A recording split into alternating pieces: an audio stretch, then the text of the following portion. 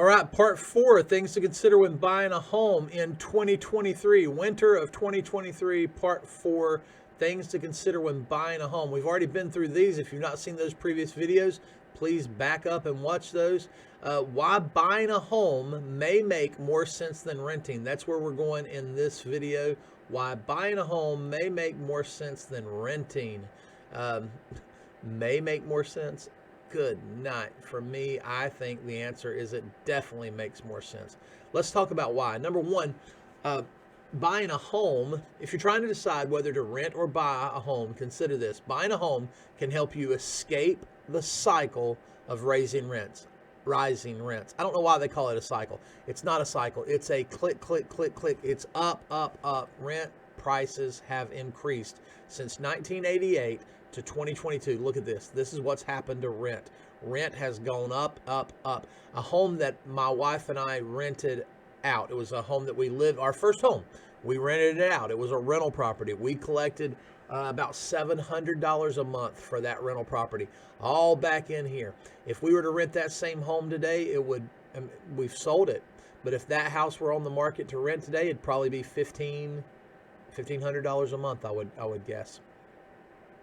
Rental prices have gone up so much, I can't imagine being a renter today. The average household net worth of a renter is $8,000. So you say, what is your net worth? Well, the average net worth of Americans today that rent a home, their average net worth is $8,000. One change, one difference, being a homeowner. Now, you won't be worth $300,000 immediately, but once you begin to build some equity, the average household net worth of homeowners is $300,000. It's a no-brainer. Buying a house, building some equity has been the model, the number one way people build some wealth over the last, I don't know, more than my lifetime, that's for sure. Home ownership is a powerful wealth building tool. When you own, you gain equity as home prices rise and as you make your monthly payments. So let's just pretend for a moment that in 2023, home prices stable. They don't go up at all. You get no appreciation. You still build equity by the amount you pay your mortgage down. I don't think home prices are going to be exactly flat. I think the appreciation is going to be very, very low. But I've also done some math. If you rent and you compare that to if home prices were to go down, let's say that you bought a house and you lost 1% or you lost 2% of its value in the next few years. It still makes more sense to buy a house that is going to lose a little bit of value in the next year or two.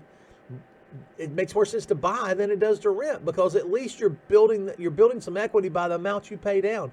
And yes, if the value of your home goes down a little bit next year, it's very, very likely that it'll turn and it'll gain again in 2024.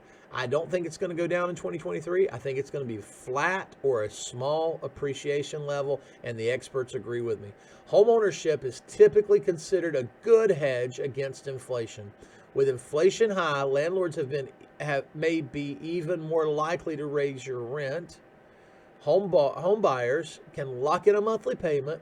You can lock in for 10 years, you can lock in for 20 years, you can lock in for 15 years, you can lock in for 30 years, and your housing expense stays the same with a fixed interest rate. 72% of landlords plan to raise the rent on one or more of their properties next year. So that means if you're a renter, there's a 72% likelihood that your landlord is going to raise somebody's rent. Will it be yours? Let's talk about the long-term benefits of home ownership. Let's talk about that in our next video tomorrow.